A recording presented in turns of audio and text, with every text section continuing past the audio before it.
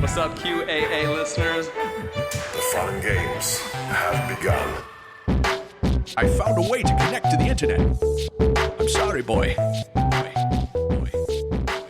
Welcome, listener, to Chapter 187 of the QAnon Anonymous podcast, the Libs of TikTok episode. As always, we are your hosts, Julian Field, Liv Agar, and Travis View.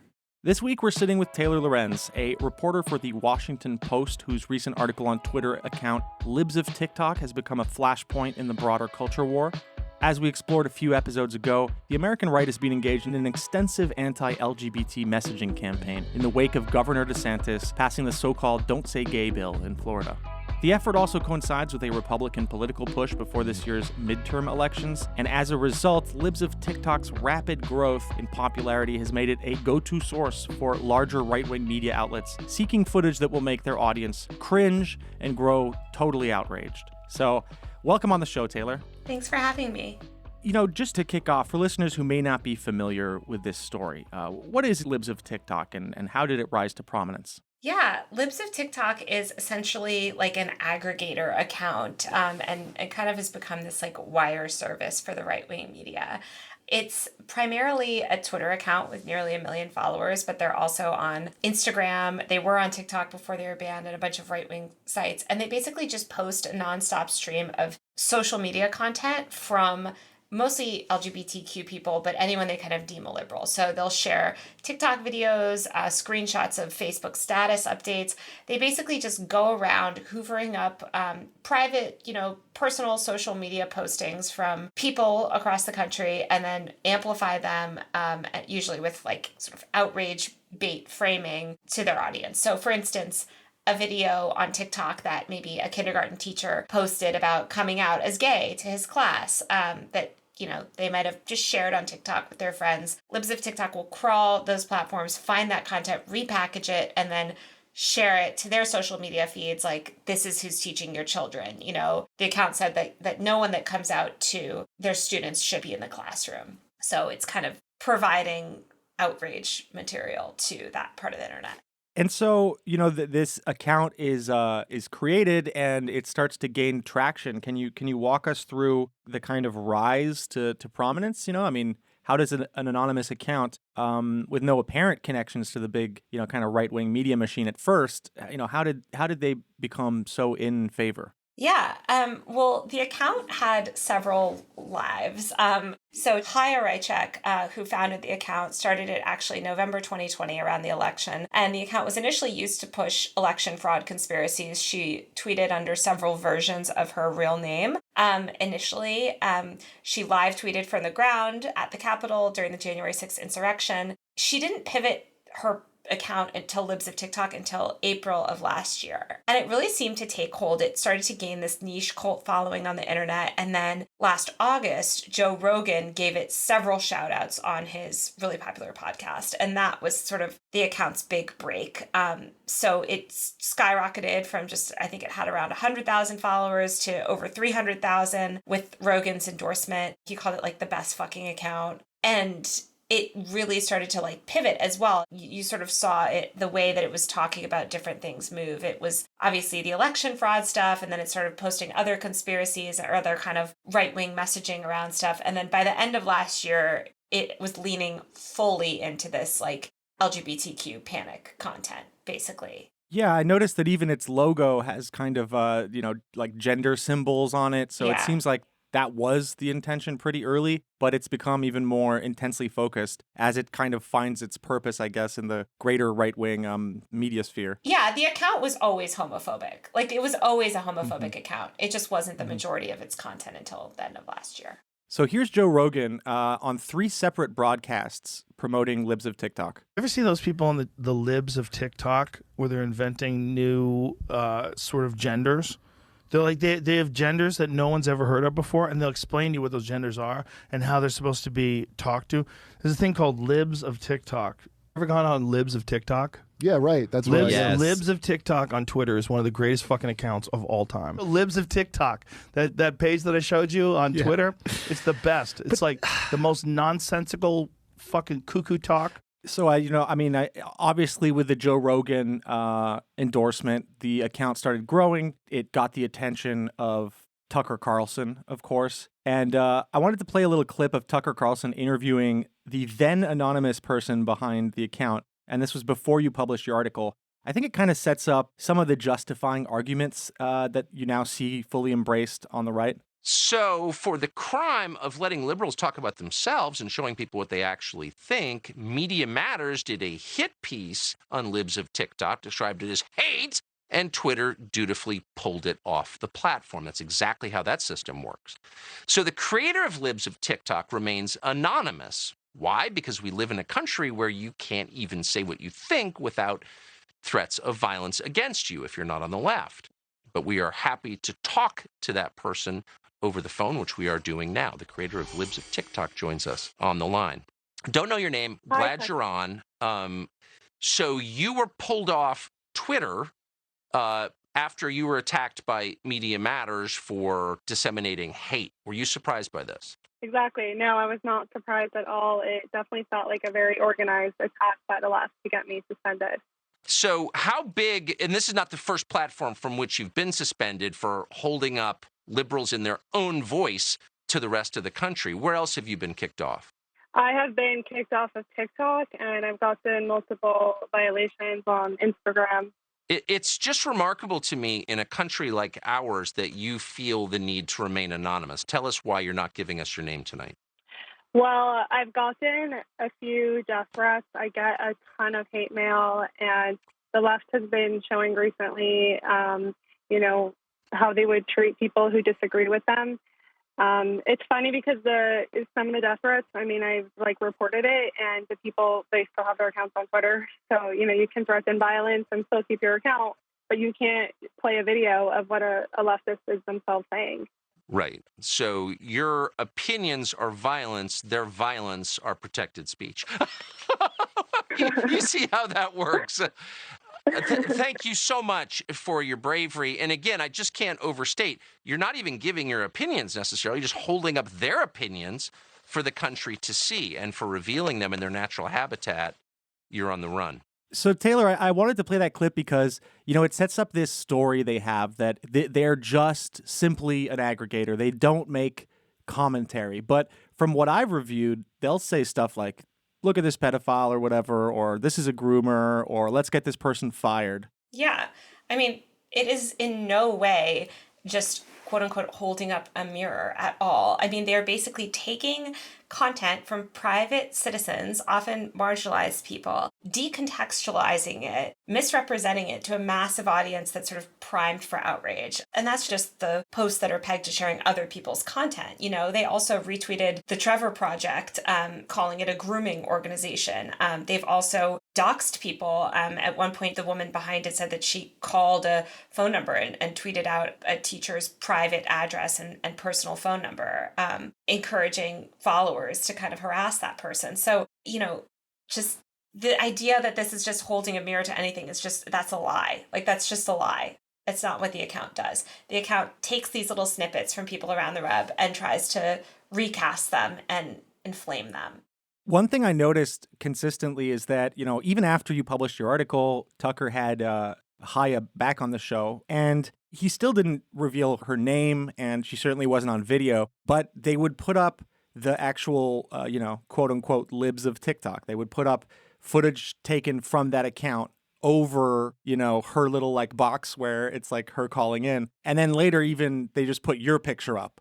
Right. So there's this very strange relationship with I'm totally protecting the anonymity of this person and discussing how they're on the run while I'm showing on the screen, a person's TikTok with the address of their TikTok account as well. So even in these broadcasts where they're interviewing her, they're kind of continuing to make sure that these people get, visibility on these super big platforms, even though they don't really have that many followers, right? Yeah, that's just average. These are some of the most marginalized people out there. These are trans people. These are, LGBTQ people, often young people. Teenagers.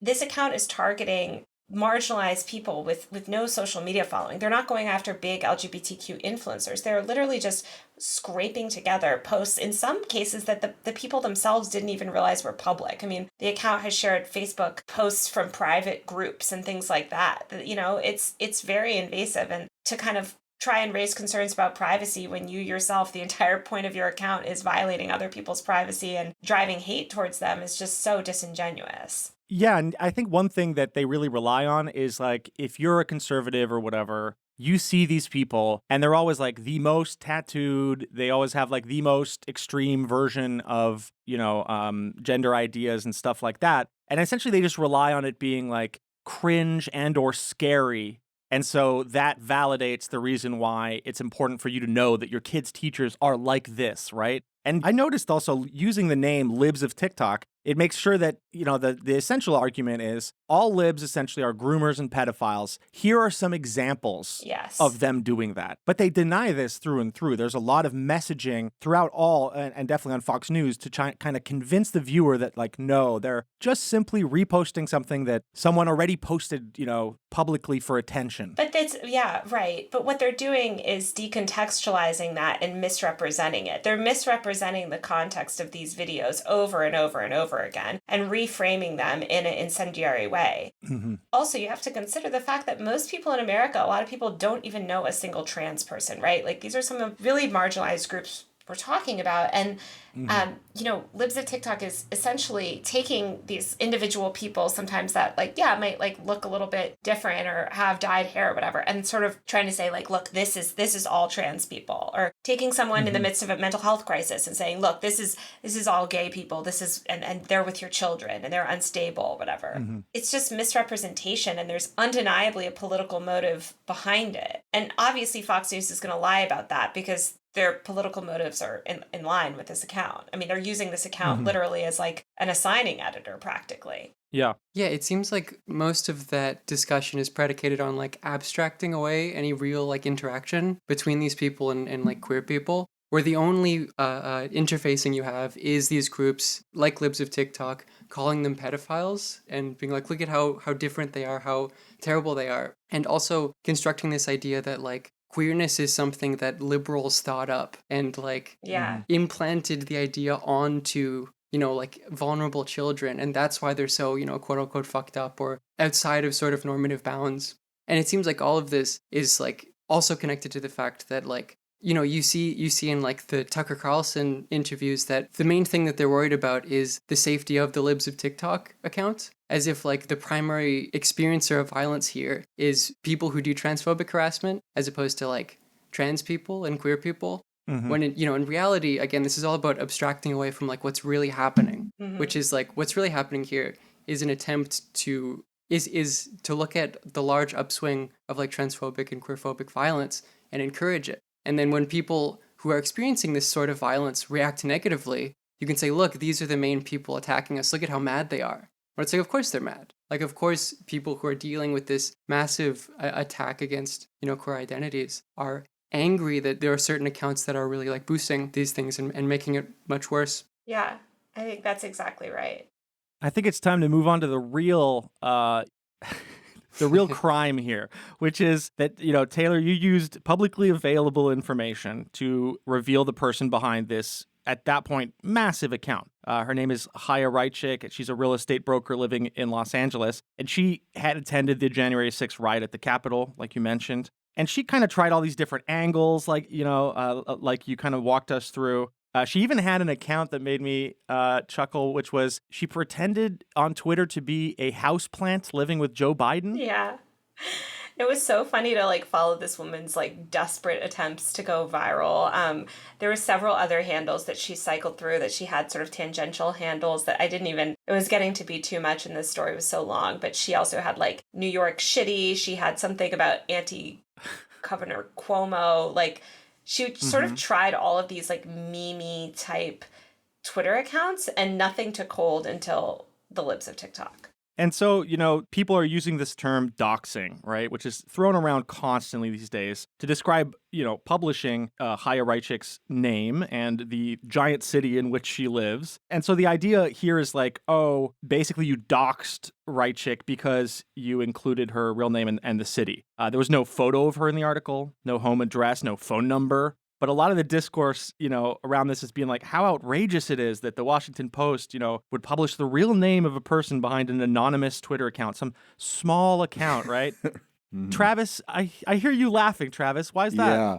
I was very interested in this story, watching people just losing their mind with rage at the idea that Washington Post would publish the real name of an anonymous account. Because I started as an anonymous account when I was tracking QAnon, and I even I published a couple of Washington Post columns, and it was coded Washington Post under my my fake name. But as I kept getting more notoriety, I was like, I'm gonna be doxxed eventually, both by the QAnon people who don't like me very much, and I figured also by the mainstream media, because I just kind of understood that you don't get to have a degree of influence without also getting a degree of scrutiny as well. And so eventually, after the Q Into the Storm documentary came out, basically some of the Washington Post called me up and told me that they were going to write a column about me and how I was anonymous and stuff and publish my real name. And that was fine. I was fine with that. But my real beef with that whole column was that they implied that I was being deceitful or something, that I was wasn't being honest. But yeah, the whole thing was weird because it's people are always acting like, how this is the first how dare the Washington Post or whoever published the real name. It's like, what the fuck am I, chopped liver? I was like, this exact same thing happened to me yesterday. I didn't get Glenn Greenwald, just losing his goddamn mind in a thread about how the corporate Jeff Bezos media would do such a thing. I didn't get major cable hosts talking about how outrageous this was. My whole story was ignored. It was fine. I wouldn't like for people to freak out because it wasn't that big of a deal. But yeah, man, it was really bizarre watching people act like this. That it's unprecedented that a anonymous account would get scrutinized because it's gaining influence in the media world. Yeah, and to be clear, you weren't doxxed. It was just your name, and there was a photo of you. Yeah, it's like, right. They weren't publishing your home address, your phone number, all these things that used to be what it meant. It meant publishing, private documents online so someone could very literally locate the person and kind of, attack them in some way. So yeah. I don't know. It's pretty confusing all in all. But yeah, Taylor, tell us what you think about this entire, doxing thing going on in the media right now. Yeah, I mean, it's just not doxing. It's not even remotely doxing. It's reporting, and they have a vested interest in trying to obscure those two things and conflate them. I was dying because, I did show up at her house to knock on the door to confirm it was her, and that was really her, the person that lived there and everything. And she tweeted a photo of me that literally showed her street, way more identifying info than I could have ever shown. And I was just like, this is so disingenuous of this person to claim persecution and then be giving away information like this. I mean, my feeling too is you did an entire right-wing media tour. You've given exclusive interviews to Tucker, to New York Post, all this stuff. You don't get to do that and have all this political power and internet power and remain anonymous. You're just... Mm-hmm. Those things are in conflict. We deserve to know who's exerting power on the internet, right? Yes. And yeah. Here is how Tucker framed it. Here's another clip. This is after the article was published, but, he's interviewing Raichik anonymously again. And this is the part of the interview where he basically sets up what you should think about LOTT, what position this person has in the hierarchy of power. Maybe you're okay with your kids being taught by emotionally incontinent nutcases like that. Maybe you're not. But you probably ought to know either way. So you can see why libs of TikTok quickly became so very popular. You didn't have to wade through some long editorial to find out what was actually happening. You could see the raw video, and again, you could assess it for yourself. Millions of parents are grateful for that. So is Christina Pushaw, who's the press secretary for the governor of Florida, Ron DeSantis. It was partly in response to videos that she saw on libs of TikTok that Florida ultimately banned public school teachers from lecturing kindergartners about sex. That's now law. It's one of the most popular laws in the state. The majority of Democrats support it. So libs of TikTok was getting results, as good journalism does. Not bad for a Twitter feed. So, of course, that Twitter feed had to be shut down. So there's a lot of lies here. But yeah, could you walk us through, the various different ways that he's misrepresenting this? Yeah, I mean, first of all, libs of TikTok was never shut down. They blatantly violated multiple terms. They were misgendering trans people, engaging in targeted harassment. They violated certain terms, which gave them a temporary timeout from Twitter. So they were temporarily suspended for, I think, less than 48 hours twice. So Tucker keeps saying they were banned. That's not what they were banned. They were not banned. They're still on Twitter. They just were suspended for violating terms. What's so crazy about what Tucker's saying is he's actually making the case for why finding this woman's identity is so important, because he's talking about its direct impact on legislators. He's talking about how, Christine Pushaw actually cited this account and looks at this account and the influence it has. He's like simultaneously talking about how much power it has while also sort of arguing that it doesn't deserve scrutiny. Yes, exactly. It's like it's a small innocent account that's also a journalist working with legislators, but it must be protected. Not the people it's showing, but, this poor account that has now over 1 million followers on Twitter. And to say nothing of the fact that the account, it's in my story, itself had registered and trademarked itself as a media organization. Yeah. And at that point, it appears also that they had already cut a deal with the guy who runs the Babylon Bee. Can you tell us about that? Yeah. So a couple months ago, the Babylon Bee gave some funding to Libs of TikTok, as I understand it, in exchange for equity, where they're basically paying this woman a salary so that now she can do this full time. So she's been doing it full time for the past few months. And this is her thing. And it's a media entity partially owned by the Babylon Bee now. And so this is, where things get interesting, because Tucker didn't just, do all this bad faith stuff. He also started spinning elaborate conspiracy theories. Oh my God, I was dying over this one. It's absolutely wild. So first we're gonna play a clip of Tucker, kind of trying to frame the article. And then after that we'll jump into a clip where he really fleshes this out and makes it go full QAnon in some ways. The Washington Post published a piece by Lorenz linking to the name, the physical address, and the real estate licensing information of the woman who runs Libs of TikTok. After the Post published the article, the woman behind Libs of TikTok went into hiding. That was, of course, the whole point of the exercise. People know where she lives because the Washington Post linked to it, so she had to leave. Now, Taylor Lorenz, of all people, knew this would happen. She knew what she was doing when she wrote the story. She was trying to shut this woman up. So first of all, we absolutely did not publish anything that linked to or revealed or had anything about her personal address. The most revealing information about her personal address was the photo of me that she posted showing her street. The only thing that I think he's referring to with the link is, I think the original article included a link to her license, her real estate information, which is posted online by the state government for the public to access. There is nothing private about that. Nothing had anything with her personal address. Nothing had any identifying info. I cannot stress that enough.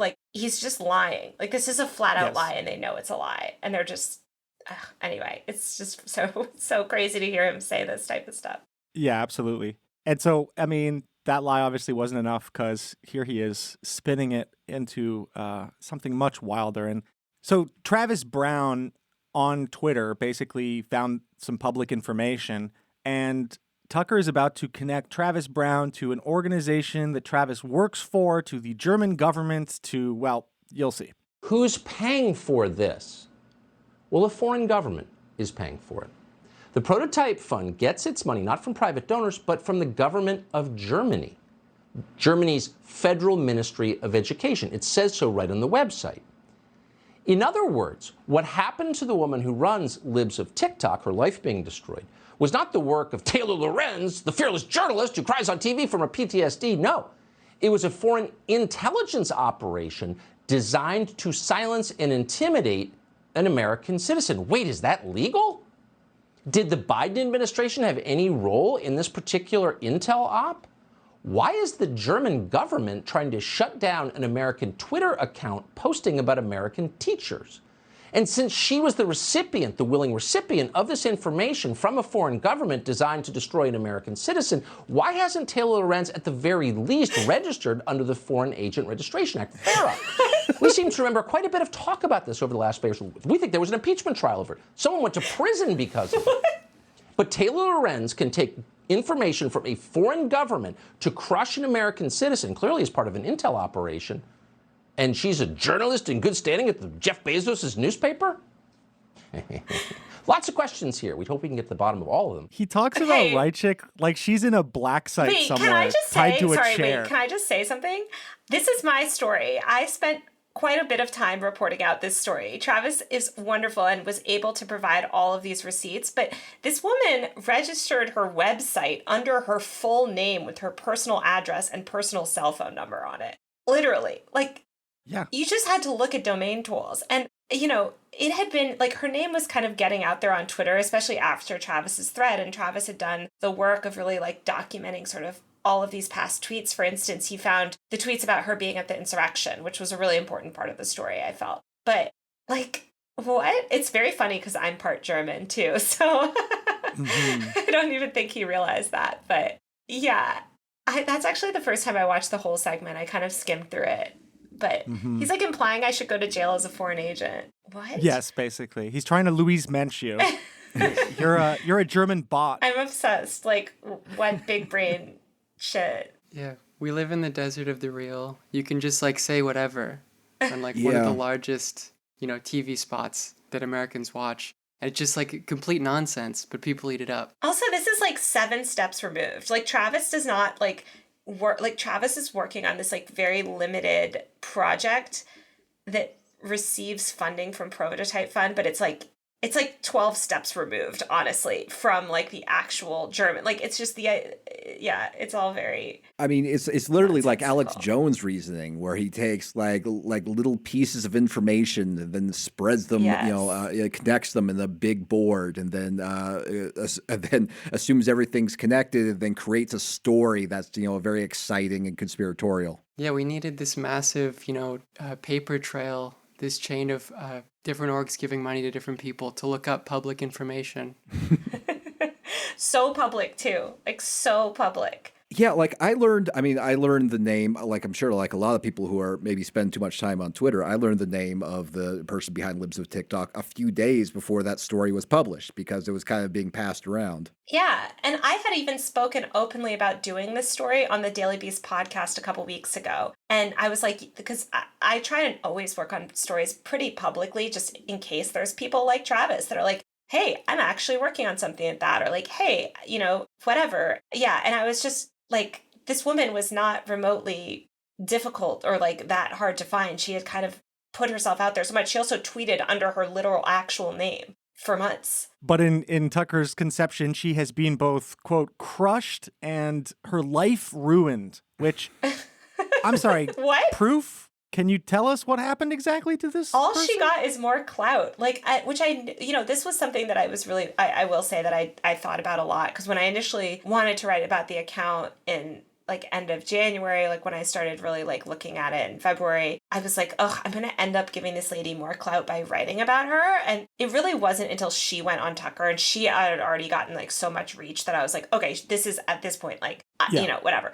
But of course, she just cries victim, and them making this whole right-wing media cycle around her amplified her. Now she's got tons of money. She's launched a Substack. I mean, she's thriving. All this did is galvanize her. I mean, hopefully what it did is she deleted thousands of tweets, and it has led to increased scrutiny on her, which is the goal of the article. But she hasn't been like financially hurt in any way, or there's no consequences for this person. No, and also, I mean, I guess it's a good time to bring up that just maybe hours before this recording, Twitter was purchased by Elon Musk and is now going to be a private company. So, I mean, I don't think we're moving in a direction where, big anonymous Twitter accounts are getting more scrutiny and more punishment. If anything, quite the opposite. Yeah. It's terrifying, actually, to think about what that'll be. I don't know. I mean, at the same time, Elon, it will be very interesting to see how the platform evolves. I'm eager to see kind of what it shakes out. I saw some of kind of the worst people already declaring victory through this, like that guy. What's his name? He's really crazy. Michael Malice or whatever. He's like, remind your Facebook friends having a meltdown right now about Elon Musk that there is no place safe for them anymore. All their spaces that they regard as sacrosanct will be invaded and conquered. We will enjoy every minute. It's like right-wing lunatic. Wow. So that's amazing. He's like, Elon's actually going to open Twitter up as a hunting reserve, and we're all going to be able to hunt our enemies on it now. That's what they would love. Very strange. They hate all of the bad, Jewish billionaires, but they love him. They want to be dominated by him. Yeah, exactly. So, I mean, when I recently attended the first anti-LGBT protest in front of Disney Studios in Burbank, the first around this kind of wave of reaction to the "Don't Say Gay" reaction. So it's all reaction to reaction to reaction, anyways. But I was amazed to see how widespread the QAnon style messaging had become. It was like everybody's a pedophile. You're a groomer. This is a demonic agenda. But there weren't many mentions of Q or QAnon proper. So, what do you kind of make of, I guess, the mainstreaming of some of these kind of like extreme QAnon beliefs? Yeah, well, I think like the term QAnon they recognize as like toxic, kind of like it's gained, like there's a level of like mainstream understanding of that term that they're not gonna maybe be as overt about it, but it's undeniable this is all tied into those same narratives, right? About like protect the children, save the children,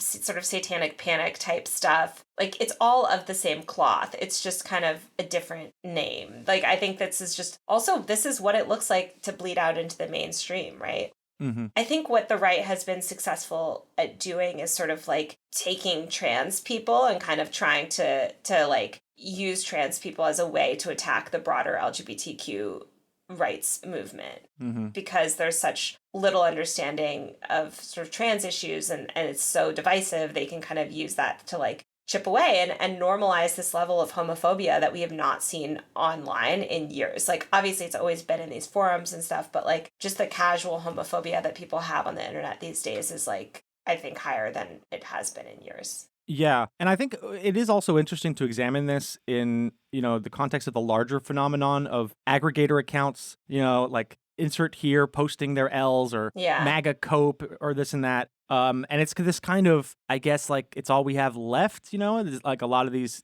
are big private platforms, we're kind of feeding straight into this giant capitalist machine that is making money off our loneliness and our willingness to kind of represent ourselves constantly online, as if we've kind of internalized PR and advertising, and we all think of ourselves as a brand. I'm looking at you, Liv. But I'm kidding, of course. But yeah, I think, do you think there's a broader realization that these kinds of accounts can get rapid growth if they just get the formula right? Of course. This is why I wrote so much about the rise of T accounts. That's basically what these accounts are. We saw accounts like this emerging, these aggregator type accounts for years in the influencer space and the entertainment world. And now we're seeing all of it applied to politics. It's super viral content packaged in this really native way, designed to play on something, right? To like play into people's preconceived beliefs about something. And I think it's just a recipe for success and engagement. People love these types of things. This is where people get their news from.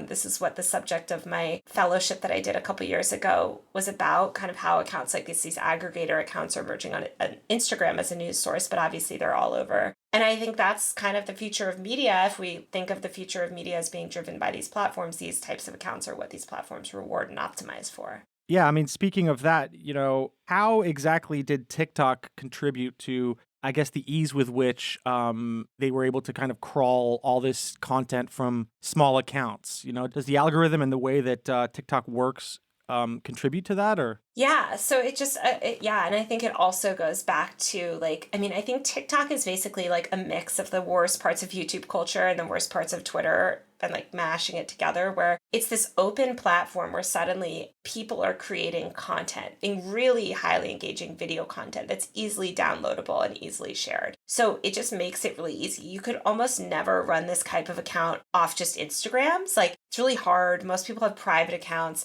TikTok stuff is default public, and it's a place where people go to talk about themselves or like talk about their identities. Like, it's sort of been a haven for like the LGBTQ community to talk about their experiences, connect with people, other teachers. Like, all of those people have found a home on TikTok. And so I think Libs of TikTok is just mining that in the worst way. But it's also just, it's just this like massive platter of content, basically, it's very easy to like, distribute, if that makes sense.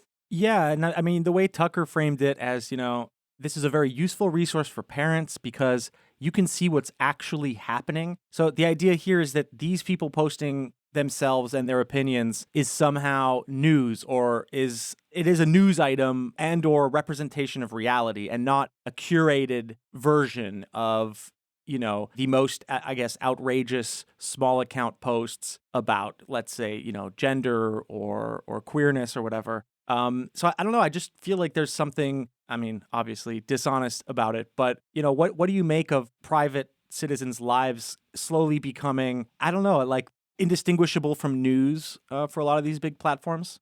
Yeah, I mean, I think this is what the quote unquote news industry is becoming. Like, if you look at entertainment, right? Like, people get their news from Drama Alert, from TikTok Room, from the Shade Room, from like all of these kind of like crowdsourced feeds that kind of just like aggregate content with a specific point of view. And I think we're just seeing that now applied to politics. And people like to get their news from something with a point of view, right? Like, people generally like to it's why they watch Tucker, right? Like, they want to hear someone kind of like a commentator, like put things in context that feeds into their preconceived beliefs. And that's what these accounts do really well. Obviously, they're not news. Like, this is not a journalistic account whatsoever. They are following zero principles of journalism, but they're framing themselves that way. And I think the people following them view them that way, unfortunately. I mean, I feel like your work has also followed a trajectory where you were covering influencer culture, TikTok culture, and then kind of you're now finding yourself thrust into, I guess, a position where you're covering higher and higher, you're interacting directly with Tucker Carlson. So, I mean, how has that kind of, how did that? Well, I will say I've always covered politics. I mean, I literally was at the Hilton the night that Trump was sworn in covering that. And I covered that. It was something I talked about extensively, was sort of Trump's rise on the internet and the rise of these far-right communities and stuff. Because influencers, Milo, I think you could consider an influencer who I covered a lot. Like, there's always been these figures and these cults of personalities on the internet. It's just that now they have more power than ever. I think my work, people didn't really get it until like the past 2 years. Like, I think a lot of people kind of thought, oh, well, she covers entertainment people, right? Like James Charles, Jake Paul, those are teen YouTube things. It's like, no. This is about the disruption of media. And this is about how people consume information and what the media landscape looks like. And it's just now we're far enough into that new media landscape that people my work has more consequences, I guess, for the people that I cover, where they're more angry, about it. I mean, I was always writing these stories. Tucker, yeah. I think also just me joining the New York Times was kind of a flashpoint for these people, because they had kind of hated me for years. And I wrote about Pamela Geller's daughters that are big Instagram influencers, and they were all mad about that. But I think it's also my work has a level of mainstream credibility that it didn't used to, where I was just sort of in the corner of the digital culture section at some millennial news site, and now I think people take it seriously more, and they don't like that. I mean, they don't want scrutiny on this world. That's what Glenn Greenwald is so angry about. It's they want to be able to operate with impunity, and they want to be able to build these massive media organizations with no critique or oversight, and they don't want people to understand it. And for the most part, the mainstream media does not understand that world. But we need to do more stories like the Libs of TikTok stuff so that we can bring accountability to these powerful internet figures. Yeah, it's so interesting that, they treat Libs of TikTok like a really serious journalist. But then, as soon as, really basic stuff is revealed to them, that, if any serious journalist, their name was revealed, it wouldn't be a big deal. As soon as that happens, they revert to, essentially seeing them like an anonymous random account on Twitter. Yeah. It's interesting how they flee away from the sort of serious journalism in the only moments where it would be, useful to attack their enemies, basically. 100%. It's all about just lying and driving narratives that try to absolve them of any kind of accountability. What's interesting, too, is that there's a kind of, people have been talking about Tucker's populism, he rails against, the corporate state and all this stuff. And he's like, oh, Bezos owns the Washington Post or whatever. But, you never hear about how the accounts that are featured by Libs of TikTok are working class people. Yeah. But that never comes up. There seems to be only limited class analysis. Are you saying Tucker's a hypocrite? Yeah. Yeah. There's no class analysis, and there's no, this is a multi-millionaire cable host claiming persecution. It's absolutely nonsense. Meanwhile, they're getting teachers in the middle of the country that make $45,000 a year fired because, they talked about their husband during class or something. It's absolute nonsense. And he just lies. So it's kind of unsurprising. And, it's interesting because Raichik, like you kind of examined, she's worked her way to this point. She has, tried to get the formula right, then she got it right, then she grew her account, she got all this support. She thrust herself into that position. Whereas somebody who's featured on that account, they don't gain any power. They're not working towards massive public exposure. The only real crime here is cringe. And if you can't post cringe, then I'm sorry, but we need to shut everything down because that's all we do. We all post cringe all day. So, Exactly. yeah, I guess what do you make of something that may at first have been, hey, anyone can start an account and get big by like finding a cool angle, to the point where we're at now where it's like, oh, legislation is being decided based on, the curation of an account like Libs of TikTok? I think it's actually, I think it's far more pervasive than people think. Like, I think Libs of TikTok is a high profile example of this, but you see more and more people, especially people in Congress everywhere. Like, our worlds are shaped by these digital ecosystems that we live in and the accounts that we follow and these aggregator accounts or these influencers, right? And I think they have more and more power over us every year. The media ecosystem is only moving more towards that model. So I think we should all question these influencers, even the ones that we deem reliable, right? And just kind of think. I mean, I'm no defender of corporate media. Obviously, there's so many problems with legacy media. It's like the whole crux of my beat is talking about those issues. But I think we really need to scrutinize this new sort of like influencer-driven system too, because it's way worse in a lot of ways.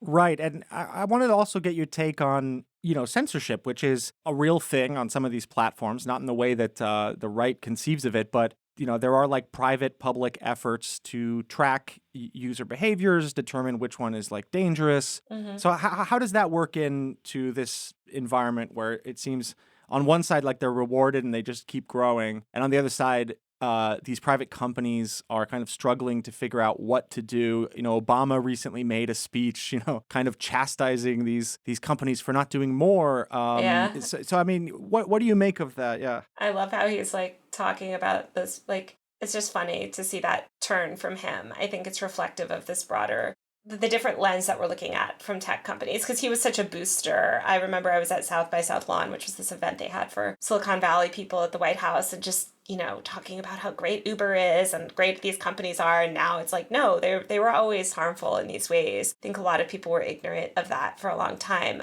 I mean, in terms of like censorship or whatever, the most censored and persecuted people on the internet are marginalized groups. It's not these right-wing conservatives that have every outlet available to them to talk, and in fact, rarely face any kind of penalties. And as we've seen time and time again, it's actually far-right figures and information that outperforms anything from the left. Like these algorithms are built to reward this type of right-wing outrage. I mean, Facebook we know, but like Twitter and TikTok as well.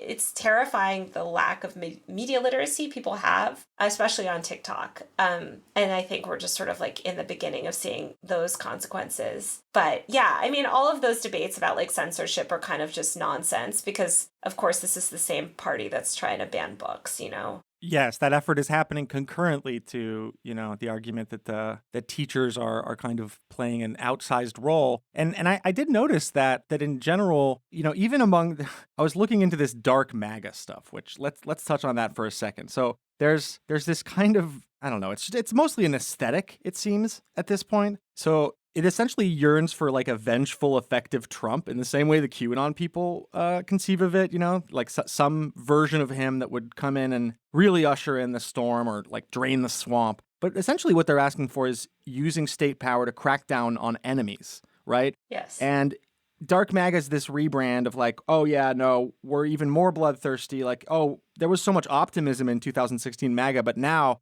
it's time for punishment or whatever, which is essentially what QAnon was doing while Trump was in office. And I saw this article written about it by a far-right guy who was kind of, playing footsie with it. His AVI on Twitter, for example, has the shining eyes or whatever. But he was kind of fantasizing specifically about state control of the press so that articles like yours, the one you published about Libs of TikTok, would get state scrutiny. It just struck me as, I I don't know, a contradiction, but yeah, what do you make of the state potentially regulating your articles? Yeah, I mean, that's absolutely insane. It just goes back to the fact that, like, no one is a fiercer defendant of the free press and of free speech than journalists. That is literally how we do our job. It is so crucial that we protect free speech and that we protect the First Amendment. That is, we couldn't have a free and fair press without that.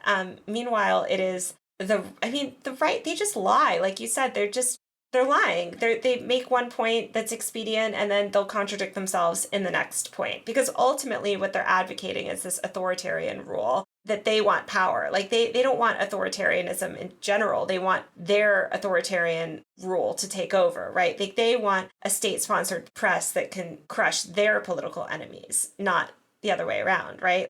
So it's nonsense. And I think I was really happy to see how my article kind of exposed a lot of these hypocrisies. I like doing stories that kind of get at this stuff because I think it forces these people to kind of like twist and turn and expose themselves for who they are. What we need as a response to Dark MAGA is Dark Brandon. Hashtag Dark Brandon. We have tens of thousands of indictments on the pedocons. They will be unsealed. The storm is coming. Yeah, trust the plan. Trust the plan. Trust the plan. Hashtag Dark Brandon.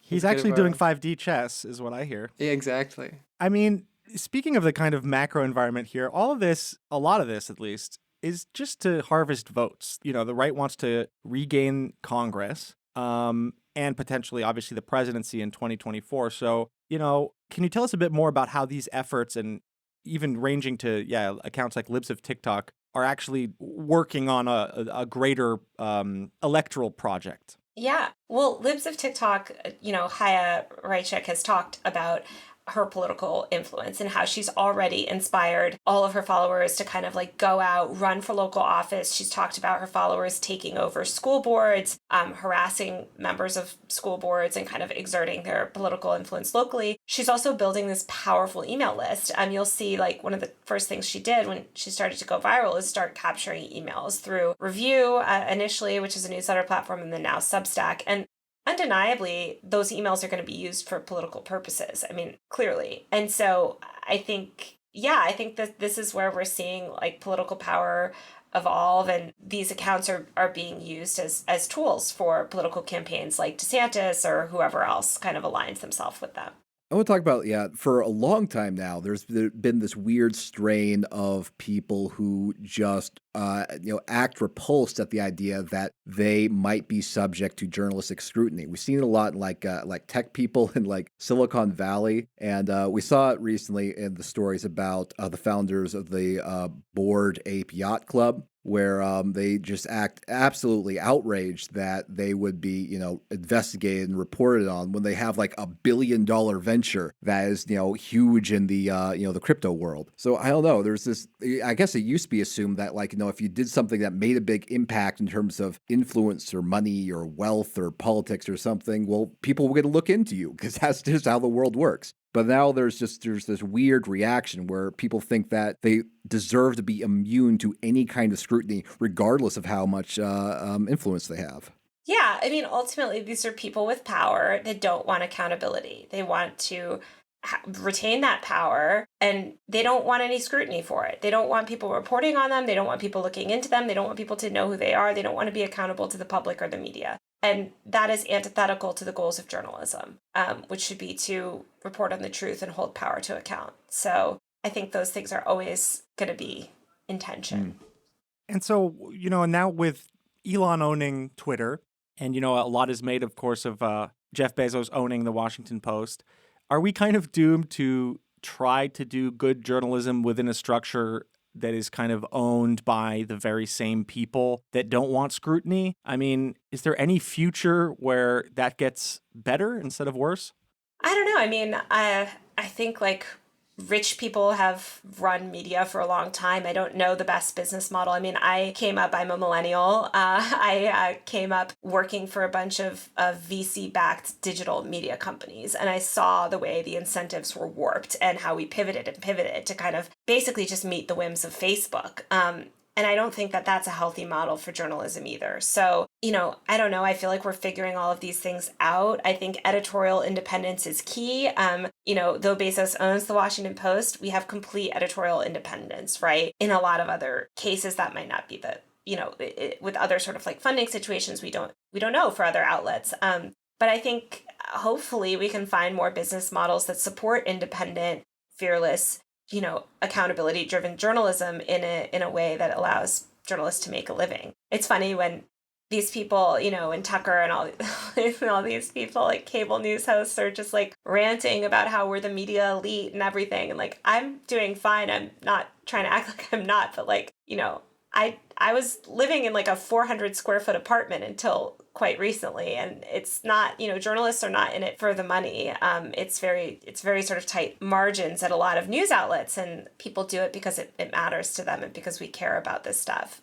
So I hope that we can find a better funding model. I don't know where I'm going with all this other than like, I don't have the answers. Yeah, of course. In 2016, we kind of saw, the Chans, 4chan, 8chan, and this kind of, alt-right or whatever, put together a movement for Trump or whatever. Then QAnon came along to kind of, have that niche of someone who reinforces Republican power, but is considered outside of everything. They're not accountable. They're not identified. And what struck me about Libs of TikTok and the model that's kind of come together in this cycle is that this might be a kind of useful thing, right? You need your Tucker Carlsons, and then you also need your anonymous accounts that are supposedly just, giving you the raw data for you to interpret, which is some of the arguments that we heard around Libs of TikTok hinge on that. So do you think that this is a kind of harbinger for, hybrid campaigning or hybrid movement building? Yeah, I think we see these movements already, like you mentioned, be built out of the internet. Like, especially the right has just been so successful in kind of like capitalizing on these internet communities and kind of bringing these like fringe elements into the party's mainstream, or maybe just them sort of taking over the party's mainstream.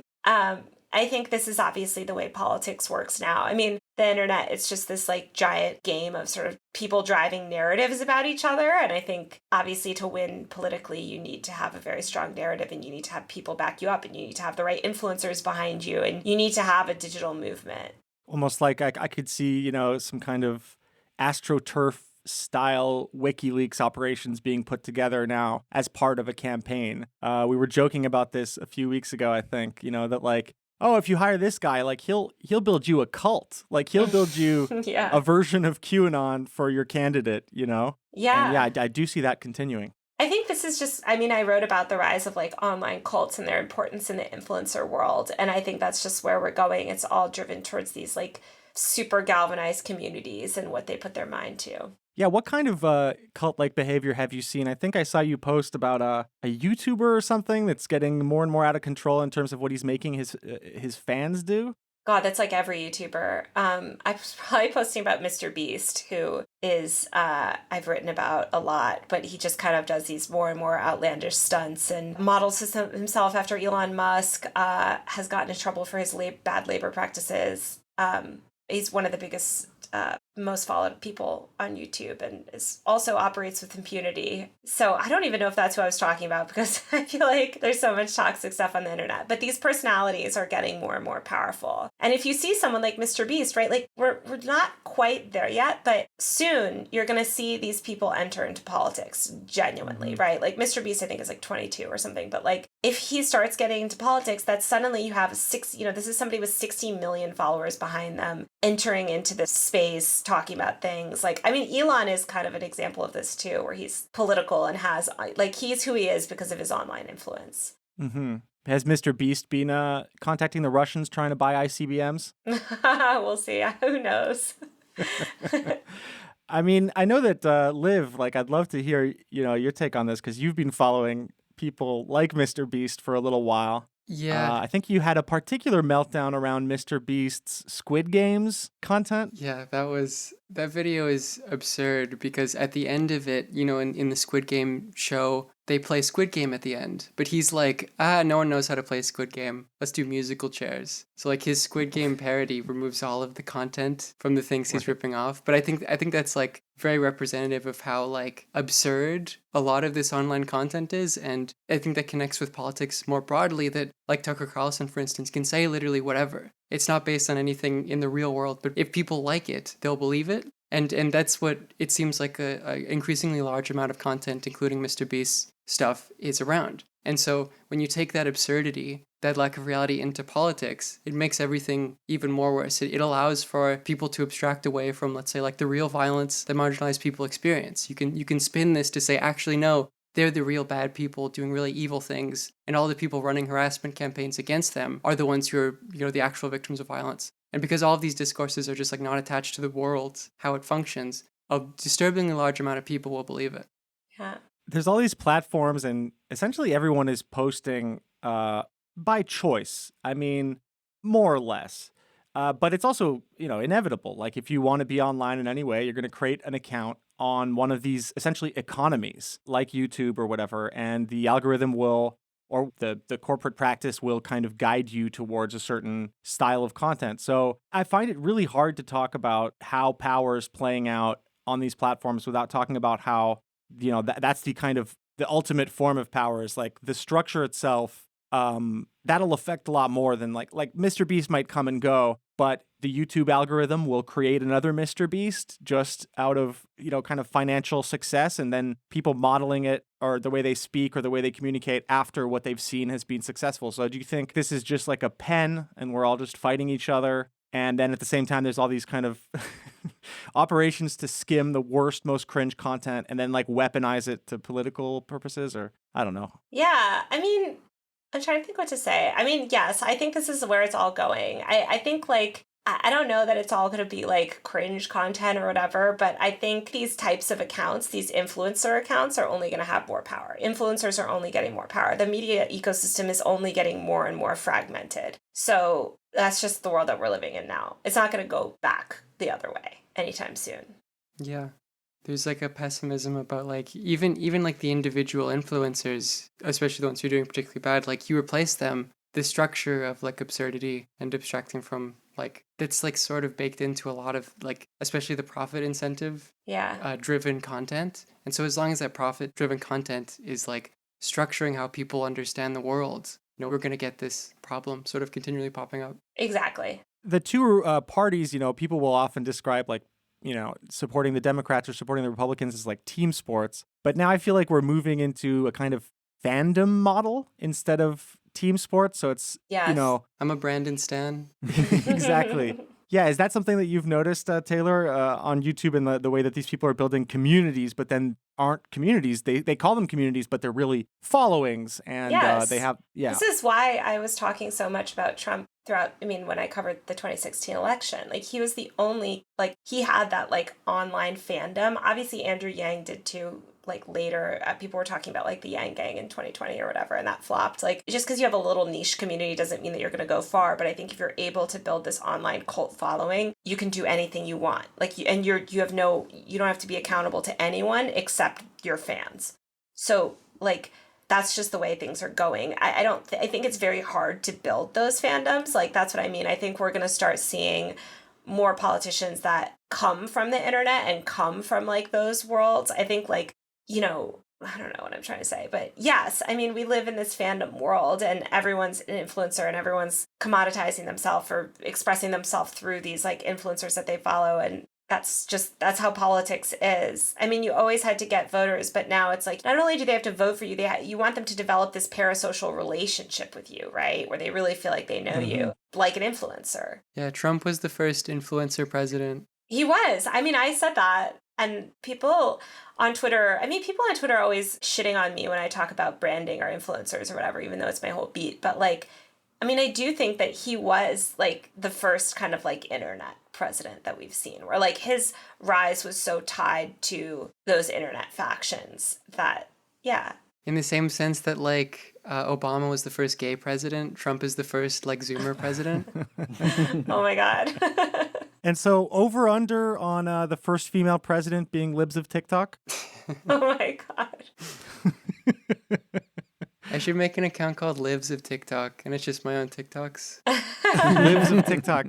Actually, I did hear a media pundit accidentally say lives of TikTok. There you go. So maybe you're onto something. You could be like those websites that bank on like a mistype. Exactly. Yeah. Skim off all the followers. Well, yeah, thanks so much for joining us. This has been such a pleasure, Taylor. Yeah, thank you so much for having me. Oh, can I also say one thing? Yes. Speaking of influencers, there is a lifestyle influencer named Chaya Raichik. She is not libs of TikTok. And she has an Instagram presence, and people were hating on her because they were thinking that is her. And I just want to make it extra clear that the Chaya Raichik on Instagram is a lovely mom who has nothing to do with any of this. So she's just a mom influencer. Fair. Yeah, there's, like every fandom, there's dark Raichik and light Raichik. Yeah. The light and the dark, the yin and the yang. Yeah. So where can people follow you and find your stuff? Yeah, I'm at Taylor Lorenz on TikTok, Instagram, Twitter, pretty much everything. You can find me. I'm on Truth Social now. I finally got unsuspended. So they banned me for community guidelines within like a minute. What happened to free speech? Truth Social feels a bit like the old days with QAnon. There's almost every single influencer who's been banned off TikTok is hanging out over there trying to convince themselves that this is the future. Yeah. But will they be able to compete with Elon Musk's Twitter? No. It's going to be hard. I've already seen some voices say that that Elon Musk should buy Truth Social and just fold it in, which would essentially just restore all these people's accounts. God. Oh my God. I'm looking forward to it. But yeah, thanks so much again for joining us. Yeah, thank you for having me. Thanks for listening to another episode of the QAnon Anonymous podcast. You can go to patreon.com/QAnon Anonymous and subscribe for $5 a month to get a whole second episode every week, plus access to our entire archive of premium episodes. People who subscribe to our Patreon also get access to a new series that I'm working on called Trickle Down, which is all about misinformation and bad ideas that flow from high authority sources. The first 2 episodes, which we've already released, are all about this pseudo-scientific study that fueled the eugenics movement. And then the next 2, which we're working on now and we're going to release in the next coming weeks, they're all about how this sex trafficking panic around the turn of the century, which was called the white slavery panic, it wound up giving the federal government the power to imprison people for being in consensual relationships. So lots of horrifying things that I find interesting, but yeah, I'm really excited about that. Yeah, it's a bit more edited. We use a bit more music. I'm really happy with how it's coming out. So go check it out, folks. And Liv, tell us a bit about what you've got going on. Yeah, I have a Twitch stream, twitch.tv/LivHagar, that you can tune into on Mondays, Wednesdays, and Saturdays at 6 p.m. Eastern. I also have a solo philosophy podcast that I'm going to be adding a lot more content to in the coming future, which is just LivHagar on whichever podcast hosting site you use. Same with the Patreon, LivHagar. Go check it out. So when you sub, you help us stay advertising free and editorially independent, and we appreciate it. For everything else, we have a website, QAnonanonymous.com. Listener, until next week, may the deep dish bless you and keep you. It's not a conspiracy, it's fact. And now, today's auto cue. Do you know anybody that's been kicked off? I mean, you probably can't name one. I could look right over here at this chat, and I would guarantee you that 90% of the people that are texting right now in this chat on this live program were kicked off of Twitter. Everybody on Leaving Media, that's 53 people right there. We're talking millions, guys. Millions of patriots were thrown off of Twitter. You guys say 20. We're talking millions of people were thrown off the platform. Most of them were literally for retweeting stuff, not even for creating content, but for just retweeting. Mama Matrix was kicked off Twitter, Shady. My mom. Yep. My wife was thrown off. My wife was thrown off.